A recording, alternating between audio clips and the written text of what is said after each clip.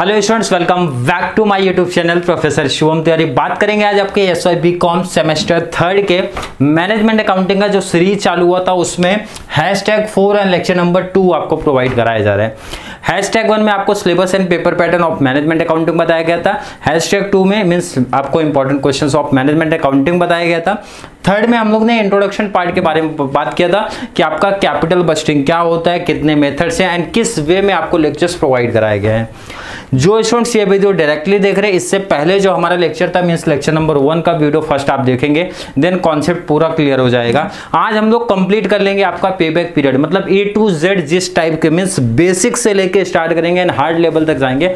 तो hard level तो पहले तो ये टॉपिक है नहीं, ये टॉपिक एकदम सिंपल लेवल है एंड बहुत सारे बच्चे अगर पूछेंगे तो वो बोलेंगे सर ये टॉपिक आपने क्यों करा के दिया। बट अगर आपने ऑलरेडी पढ़ के रखा है तो भी स्टार्टिंग टू एंडिंग सम तक जाना है, बेस से लेके हम लोग लास्ट तक जाएंगे। पे बैक पीरियड क्या होता है, इसका नाम मेंशन करा, पे बैक पीरियड मतलब सिंपल शॉर्ट में बोलूं, जो मैं इन्वेस्टमेंट कर रहा हूं वो इन्वेस्टमेंट का पैसा कितने टाइम में रिटर्न हो जाएगा, कितने पीरियड में रिटर्न हो जाएगा, उसी का कैलकुलेशन करने का है। सिंपल सा फिर से समझो क्या बोल रहा हूं मैं। पे बैक पीरियड मतलब जो मैंने इन्वेस्टमेंट किया, सपोज यहाँ पे मान के चलो मैंने 1 लाख रुपए का इन्वेस्टमेंट कर दिया कहीं पे किसी भी लॉन्ग टर्म असेट में, ध्यान रखना लॉन्ग टर्म इन्वेस्टमेंट होता है, लॉन्ग टर्म असेट होता है, उसमें इन्वेस्टमेंट कर दिया तो हर साल का सपोज मान के चलो 10,000 रुपया मुझे रिटर्न आता है। तो मेरा पे बैक पीरियड क्या होगा, मैंने इन्वेस्टमेंट कितने का किया, सर इन्वेस्टमेंट आपने किया था 1 लाख का, हर साल कितना रिटर्न आ रहा है, सर हर साल 10,000 रुपया रिटर्न आ रहा है। तो कितने साल में रिटर्न आ जाएगा, सर आपने बोला 10, तो 10 ईयर्स में कैसे 10,000 मल्टीप्लाई कर दूंगा 10 आ जाएगा। अदरवाइज दूसरा सिंपल से जो हमारा इन्वेस्टमेंट था डिवाइड कर दूंगा annual cash inflow, inflow means जो हमारा पैसा आने वाला है ईयरली, वो डिवाइड कर दो नंबर ऑफ ईयर आ गया, मींस पे बैक पीरियड हमारा आ गया। इसके लिए फर्स्ट पहले सिंपल समझे मींस सिंपल टू हार्ड जाएंगे, ये चीज ध्यान रखना। आपके सिलेबस में ये नहीं बट फिर भी कराया जा रहा है क्योंकि बेस से स्टार्ट करेंगे तो ज्यादा बेस्ट पड़ेगा आप सब लोग के लिए भी। एक सिंपल एग्जांपल लेके रखे, if a project where the original investment cost ₹50,000 बोल के रखेगा, अगर आपके ओरिजिनल इन्वेस्टमेंट है 50,000 रुपया तो आगे क्या बोल रहा है, yield an annual net cash inflow, inflow कितना देके रखा है 10,000 रुपए, तो फाइंड आउट कर लो आप पे बैक पीरियड क्या है। इन्वेस्टमेंट कितना किया सर 50,000, कितना रिटर्न आ रहा है सर 10,000 पर मंथ का आ रहा है, तो कितना हो गया 5 इयर्स, कितने लोग बोलेंगे डायरेक्टली बोल दिए। तो इसका लॉजिक समझो, फॉर्मूला समझो क्या किया हम लोग ने यहाँ पे किया पे बैक पीरियड, क्या कर रहे कॉन्सेप्ट समझो।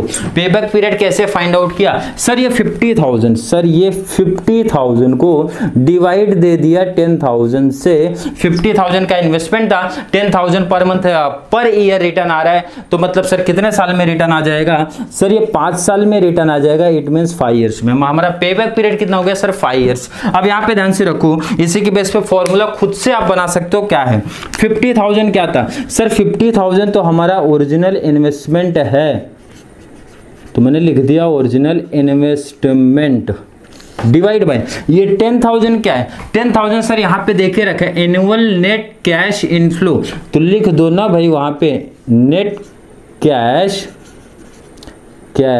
इनफ्लो, और ये कौन सा है एनुअल, डिवाइड कर दिया, बन गया फॉर्मूला पे बैक का। बट ये कब अप्लाई होगा ध्यान से रखना, फॉर्मूला बनाना एकदम आसान होगा, लॉजिक से बना दिया क्योंकि आंसर तो आ रहा था बट फॉर्मूला क्या लिखना है, कॉमन सी बात है सर ओरिजिनल इन्वेस्टमेंट था 50,000, ऊपर लिख दिया, डिवाइड किससे कर रहा था सर, डिवाइड कर रहा था मैं एनुअल नेट कैश इनफ्लो से कर रहा था, उसको नीचे लिख दिया, आगे हमारा आंसर पे बैक पीरियड का। बट ये फॉर्मूला कब अप्लाई होता है, तो जहां पे ध्यान रखना आपका एनुअल नेट कैश इनफ्लो जब आपका फिक्स रहेगा, मतलब पर ईयर 10,000 ही रुपए आपको आ रहा है, तो यहाँ पे पॉसिबल होगा ये वाला फॉर्मूला। बट ये तो आपको आएगा नहीं, इतना इजी लेवल तो आएगा नहीं, हर साल आपको सेम ही रखेंगे, डिफरेंट भी हो सकता है, जैसे क्वेश्चन नंबर 2 में बात करेंगे। ध्यान देना क्वेश्चन नंबर 2 इसी वे में दिया था, क्वेश्चन में ऑलरेडी लिख के रखो ताकि वीडियो बहुत ज्यादा डिटेल हमारी ना जाए। क्वेश्चन ऐसा दिया रहेगा, ईयर देख कर अगर सर कितना 1 2 3 4 5, हमारा इन्वेस्टमेंट कितना है सर, ओरिजिनल इन्वेस्टमेंट है 25,000 का। चलिए नेट कैश इनफ्लो की बात करते हैं। अब यहाँ पे सर हो गया डिफरेंट, तो कैसे कैलकुलेशन करेंगे, बहुत ही आसान है। फर्स्ट ईयर में आपको रिटर्न कितना है सर 8,000, सेकंड ईयर में कितना है सर 7,000, कितना हो गया 15,000, नेक्स्ट ईयर में कितना है सर 7,000, 15 + 7 कितना हो गया सर 22,000, प्लस नेक्स्ट ईयर में कितना है सर 3,000, 22 + 3 कितना हो गया सर 25,000, नेक्स्ट ईयर में कितना चाहिए आया सर 2500, प्लस कर लिया 25 + 2 27,500, ये टोटल आ गया। सर चाहिए कितना था हमको 25,000, कौन से ईयर में मिल गया सर 4th ईयर में मिला। 4th ईयर मींस पे बैक पीरियड हमारा हो गया 4, डायरेक्टली आंसर आ गया। बट एग्जाम में डायरेक्टली तो करना नहीं है, कैसे करोगे ध्यान से रखना, कैसे करोगे सेम क्वेश्चन जैसे था कॉपी किया। अब इसको किया कैसे मैंने, नेक्स्ट एक टेबल बना लिया, क्या बोल के क्यूमुलेटिव नेट कैश इनफ्लो। ध्यान से कॉन्सेप्ट समझ रहे हैं, बहुत इजी लेवल है, बहुत सिंपल टॉपिक है, ध्यान से रखना। किया क्या मैंने, अगला टेबल क्या बना, नेट कैश इनफ्लो आगे लगा दिया क्यूमुलेटिव मींस टोटल CF जो आप निकालते थे। कैसे निकलते हैं सर, पहले साल कमाया 8,000 रुपए, दूसरे साल कमाया सर 7, तो 8 और 7 जोड़ लो 15, कैलसी है जोड़ लेना, नहीं तो डायरेक्टली जोड़ लेना। 15 और 7 ऐड कर दिया सर 22,000 रुपए आया, 22 और 3 कर दिया 25,000 रुपए आया, 25 और 2 27,500। तो पेबैक पीरियड कभी प्रॉफिट की बात नहीं करता, पेबैक पीरियड ये बोलता है जितना इन्वेस्टमेंट किया कौन से साल में रिटर्न आ रहा है। तो कौन से साल में सर इसमें ढूंढने की जरूरत नहीं है। इन्वेस्टमेंट कितना था 25 इधर दिख रहा है, कौन से ईयर में आया 4th, देयरफॉर जो हमारा पे बैक पीरियड है, पे बैक पीरियड कितना हो गया 4th ईयर। बहुत ही आसान टॉपिक है सर, इसके जैसा सिमिलर सम मत कराओ, आप एक्स्ट्रा कर दो मीन्स आगे बढ़ जाओ। लेकिन यहाँ पे कुछ तो चेंज हो जाएगा। क्या चेंज होगा, देखो मैं वही सिमिलर सम ज्यादा प्रैक्टिस नहीं कराने वाला हूँ, मतलब एक करा है बाकी आपके लिए होमवर्क है, या फिर आप अपने टेक्स्ट बुक से प्रैक्टिस करना। मनन प्रकाशन मेरे पास पड़ा है, बट मनन प्रकाशन नहीं, मैं पहले स्टार्टिंग के कुछ मिक्सअप सम लेके चल रहा हूँ, मतलब कुछ तो डिफरेंट है तो ले रहा हूँ। फिर भी अगर आपको कोई डाउट्स रहेगा, मनन प्रकाशन है उसमें का कोई सम डाउट आता है तो आप कर सकते हो। अदरवाइज दूसरा ये का भाई आप क्वेश्चन मुझे सेंड कर देना, क्वेश्चन का सॉल्यूशन आपको मिल जाएगा।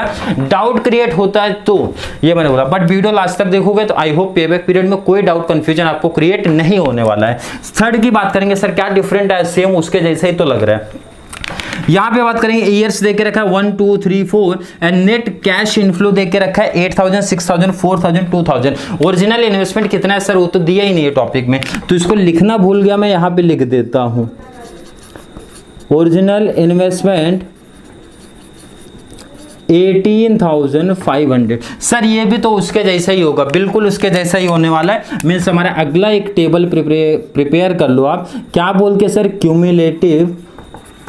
Cumulative net cash inflow, net cash in flow आपने यही बोला था, सिर्फ आगे क्यूमुलेटिव लगा देना है, बिल्कुल कोई बात नहीं, आप क्यूमुलेटिव ऐड कर दो।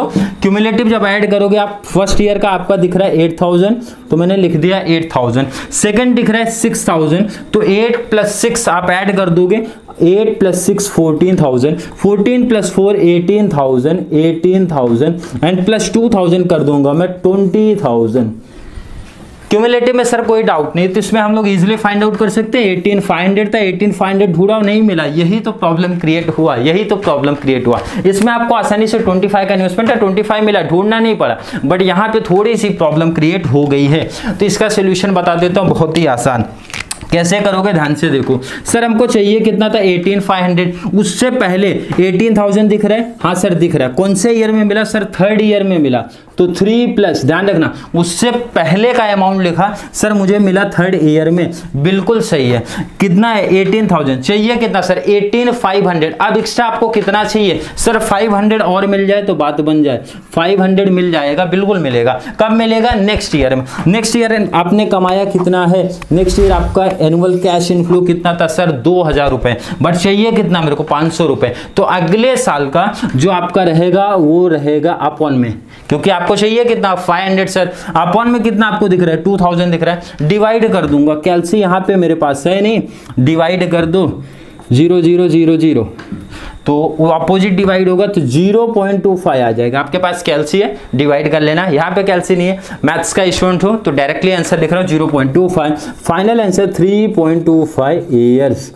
3.25 ईयर्स अगर बोलेंगे तो ये भी लिखोगे, राइट आंसर है 3 ईयर्स 3 मंथ भी लिख सकते हो आप इसको। दोनों राइट आंसर, कोई प्रॉब्लम्स नहीं है। तो आई होप आपको यहां तक कोई कंफ्यूजन, कोई प्रॉब्लम नहीं आई होगी। अगर आई है तो वीडियो रोक के फिर से आपको रिपीट कर लेना है। इसके बाद इसके आगे वाले लेवल के सम पे जाएंगे। तो चलिए क्वेश्चन नंबर 4, 5, 6 की तरफ चलिए बात करेंगे। क्वेश्चन नंबर 4 एंड 5, ये पे बैक पीरियड का लास्ट 2 सम है। 5 सम के अलावा कोई अदर सम, एक्स्ट्रा सम आपके सिलेबस में पे बैक पीरियड का नहीं है। बट आप ध्यान से सुनना, कुछ बच्चे बोलेंगे सर 5 सम में पे बैक पीरियड कैसे कंप्लीट होगा। इसके अलावा किसी भी अदर टाइप्स का सम नहीं बनेगा। बट मैं कंडीशन क्या ऐड कर रहा हूँ, पे बैक पीरियड का 1 लेक्चर जाएगा, एनपीबी का 2, एआरआर का 3, पीआई का 4, 4 लेक्चर्स आपके सिलेबस में 4 ही टाइप हैं। And discounted pay back period 5 lecture जाएगा। 5 लेक्चर होने के बाद तीनों का कॉम्बिनेशन, मतलब कॉम्बिनेशन में एक ही समय जिसमें पीआई भी करना होगा, पेबैक पीरियड भी करना होगा, डिस्काउंटेड पेबैक करना होगा या फिर एनपी भी करना होगा। तो वो वाले वीडियो भी मैं 2 लेके आ जाऊंगा। 2 वीडियो उसका अलग से लेके आऊंगा, सेपरेट में बता रहा हूँ कि इनकेस अगर वैसा तो मुझे नहीं लग रहा है पेबैक पीरियड इसके बाहर कुछ और है, बट आएगा तो 2 लेक्चर एक्स्ट्रा आपको प्रोवाइड कराए जाएंगे जिसमें प्रैक्टिस कराया जाएगा कि एक ही सम में 2 से 3 मेथड कैसे अप्लाई किया जाता है। एंड सम में जो आपको मिलेगा, जो भी मैनेजमेंट अकाउंटिंग का जो सम पूछा जाएगा वही किया जाता है। एक सम दे के आपको तीनों मेथड पूछ लिए जाते हैं। बट डायरेक्टली आप प्रैक्टिस उस टाइप के सम करोगे ना तो कुछ मतलब नहीं है, आपको कॉन्सेप्ट ही नहीं समझ में आएगा। तो बेस्ट क्या, पहले आप एक एक मेथड समझ लो। एक एक मेथड समझाना तो 1 या 2 सम कराने की जरूरत है, अदरवाइज वो भी कराने की जरूरत नहीं है। बच्चे खुद से कर लेते हैं, इतने सफिशिएंट हो जाते हैं वो लोग बच्चे। मीन्स इतना सम भी सफिशिएंट हो जाता है आप सब लोग के लिए कि भाई बच्चे प्रैक्टिस कर लें खुद से। बट फिर भी डाउट कंफ्यूजन क्रिएट होता है, बार बार बोला जाता है, कॉमेंट में ऐड कर दो। अदरवाइज इस तरीके से मैं खुद ट्राई कर रहा हूँ कि मैनेजमेंट अकाउंटिंग का लेक्चर इस वे में प्रोवाइड कराया जाए हर एक बच्चे को कि कोई डाउट कंफ्यूजन क्रिएट ही ना हो एंड ज्यादा से ज्यादा नंबर लेके आ जाए मैनेजमेंट अकाउंटिंग में। बात करते हैं सीधा सम पे। क्वेश्चन नंबर आपका 4 दिया, कॉस्ट देके ध्यान से देखना क्वेश्चन। कॉस्ट मशीन ए का 1,20,000, मशीन बी का भी 1,20,000, मतलब दोनों का कॉस्ट तो सेम है बट कैश इनफ्लो दोनों का अलग अलग है। क्या है, पहले तो ईयर की बात कर लेते हैं। 1 2 3 4 5 ईयर है। मशीन ए का दिया है 50,000, 40,000, 30,000, 20,000, 20,000। मशीन बी का दिया 20, 30, 50, 40, 40,000। तो सिंपल सा कैलकुलेशन क्या करना है, जब डिफरेंट रहेगा तो आपने बोला था एक टेबल एक्स्ट्रा बढ़ा लो। अब एक टेबल से काम नहीं चलेगा, यहां पे 2 टेबल बढ़ाना पड़ेगा। क्यों 2 टेबल, क्योंकि अब आपके यहाँ पे आपके पास अभी तक के समय एक ही प्रोजेक्ट था, बट यहाँ पे कितने प्रोजेक्ट आ गए सर, यहाँ पे 2 प्रोजेक्ट हैं तो इसलिए 2 क्यूमुलेटिव निकलेगा। पहला जो क्यूमुलेटिव निकलेगा फॉर मशीन ए के लिए, सेकेंड फॉर मशीन बी के लिए। क्लियर हो गया? नहीं तो दूसरा ऑप्शन है कि बच्चे क्यूमुलेटिव में कंफ्यूजन ना हो। तो जो देखो यहाँ पे क्या है कि मैं सम को फिर से दूसरा टेबल प्रिपरेशन करता हूँ तो वीडियो बहुत लेंदी होती है, इसलिए मैंने क्या किया उसी में ऐड किया। अदरवाइज मुझे जो बेस्ट लगता है, मैं अगर क्वेश्चन पेपर में इस तरीके का सम आएगा एंड क्या बोला, evaluate the 2 alternatives by payback period. Evaluate करने के लिए बोला है, सिंपल सा। तो मैं एग्जाम में क्या करता, पहले तो ईयर कॉपी करता, मशीन ए कॉपी करता, फिर मशीन ए का क्यूमुलेटिव उसके बाजू में रखता, तो जोड़ना आसान हो जाता। अदरवाइज ऐसे भी जोड़ना आसान है। पहले साल मशीन ए से कितना है सर 50,000, सेकेंड ईयर सर कितना है 40, तो हमारा हो गया 90, 40 तो 90। ध्यान रखना बी मत ऐड कर देना, अब ए चल रहा है हमारा। थर्ड ईयर सर कितना आया 30 प्लस किया सर ये हो गया हमारा 120 में 20 ऐड किया सर ये हो गया हमारा 140 में 20 ऐड किया सर हमारा हो गया 160। Total cumulative for machine A. B की भी बात सेम कर लेते हैं, सिमिलर वैसे। पहले साल सर 20 है, 20,000 मैंने लिख दिया उधर। 30 सेकेंड ईयर तो 30 प्लस 20 हो गया आपका 50,000। 50 प्लस 50 सर हो गया 1 लाख। 1 लाख प्लस 40 सर हो गया 140। 140 में 40 ऐड किया तो 180। ध्यान से देखना, कोई भी स्टूडेंट्स ये देख के डिसाइड नहीं करेगा सर प्रोजेक्ट 1 से तो 160 का मारे, प्रोजेक्ट बी से तो 180 का मारे, क्योंकि पेबैक पीरियड सिर्फ अपना देखता, ड्यूरेशन देखता भाई। जिसका ड्यूरेशन, जिसका पेबैक पीरियड सबसे शॉर्ट रहेगा उसको सेलेक्ट किया जाएगा, ये प्रॉफिट की बात नहीं करता है। अब अगर बात करें सर इन्वेस्टमेंट कितना था 120, प्रोजेक्ट 1 में 120 में ढूंढ रहा हूँ तो यहाँ दिख गया मुझे 120। कौन से ईयर में सर 3 ईयर में, तो मैं यहाँ शॉर्ट में लिख देता हूँ पेबैक पीरियड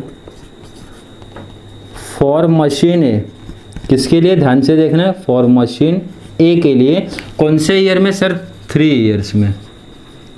कोई कन्फ्यूजन नहीं सर, कोई कन्फ्यूजन यहाँ तक नहीं है। अब जब मशीन बी की बात करेंगे तो थोड़ा सा ध्यान रखना, पेबैक पीरियड जब मशीन बी की बात करेंगे तो ध्यान से रखना, फिर प्रॉब्लम ना क्रिएट हो, इसलिए बता रहा हूँ।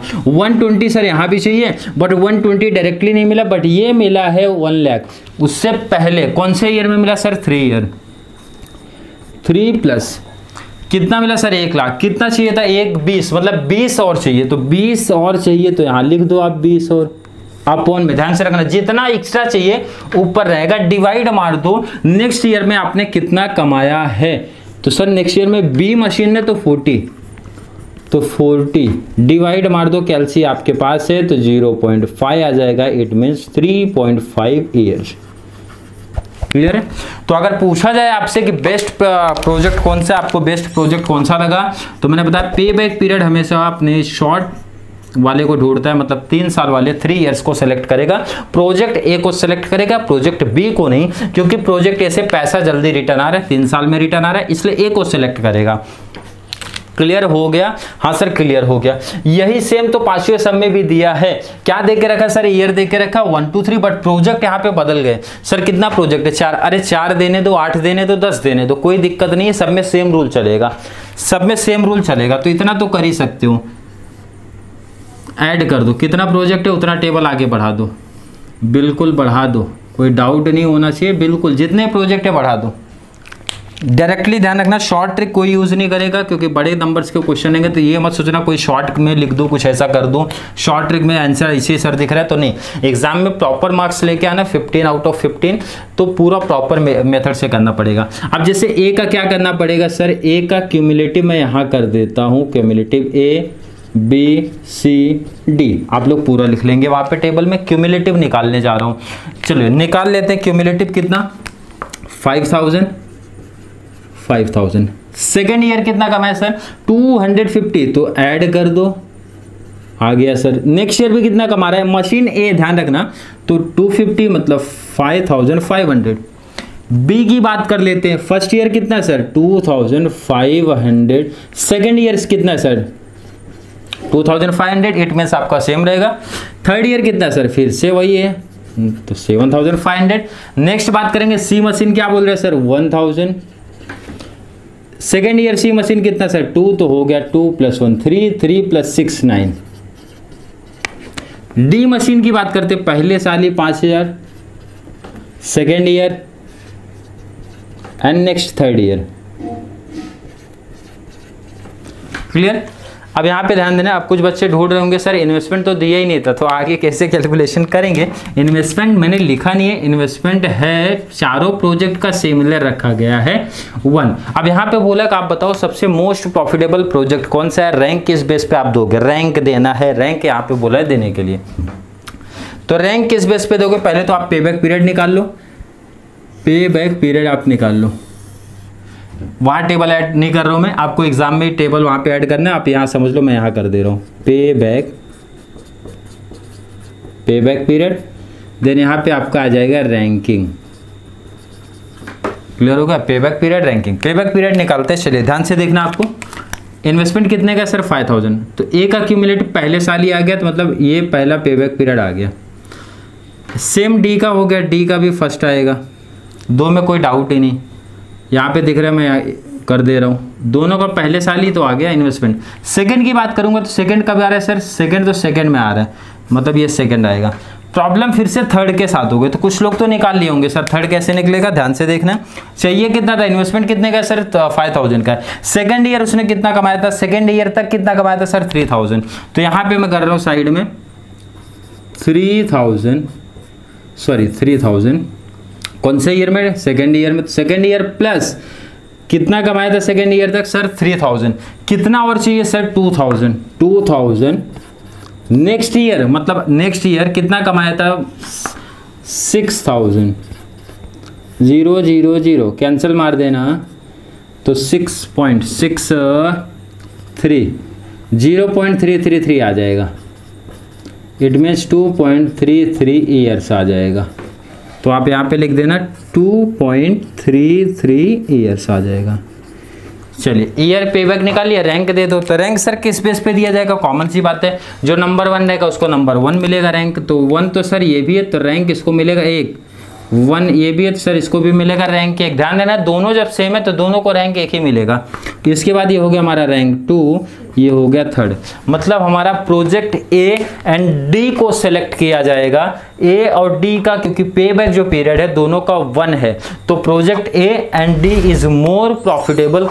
ध्यान रखना प्रॉफिट की बात नहीं हो रही, सिर्फ यहाँ पे कंपेयर करें इसलिए लिख रहे हैं कि ए और डी बी और सी से बेटर है। और उसके बाद अगर ये दो में कंपेयर करूंगा तो कॉमन सी बात है बी बेटर है, क्योंकि ये 2nd पोजीशन पे है और इसका पेबैक पीरियड कितना है 2 ईयर्स है।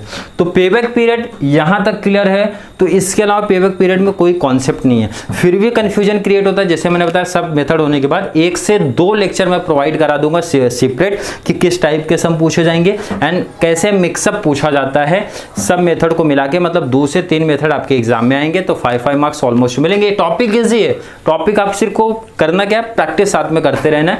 टॉपिक इजी है, टॉपिक में कोई हार्ड लेवल, बहुत हार्ड लेवल का कॉन्सेप्ट नहीं है। तो चलिए बात करेंगे नेक्स्ट वीडियो में हम लोग अदर सब्जेक्ट, अदर टॉपिक के बारे में बात करेंगे। जितना ज्यादा जिस सब्जेक्ट के बारे में कमेंट आया रहेगा उसी सब्जेक्ट के रिगार्डिंग बात करेंगे। एंड ट्राई की मैं ये कर रहा हूँ मैनेजमेंट अकाउंटिंग का सीरीज जो है जल्दी कंप्लीट करा के दूं, ताकि मैनेजमेंट अकाउंटिंग में बच्चे बेस्ट स्कोर कर पाए। ये तो कोई स्कोरिंग सब्जेक्ट तो है ही, बट आप ये पासिंग का या फिर केटी का देखो मत इसे सब्जेक्ट में। ये ऐसा सब्जेक्ट है जो अदर जो भी जिसमें आपका टेंशन है, लॉ में, एडवर्टाइजिंग, अदरवाइज कोई भी सब्जेक्ट होगा, तो ये मैनेजमेंट अकाउंटिंग एक ऐसा सब्जेक्ट है जो आपका स्कोर करा के दे देगा ऑलरेडी।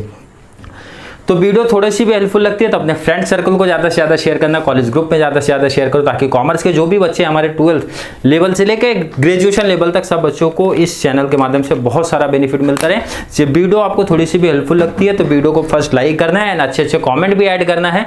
एंड कोई सजेशन अगर देना चाहते हो तो सजेशन भी दे सकते हो।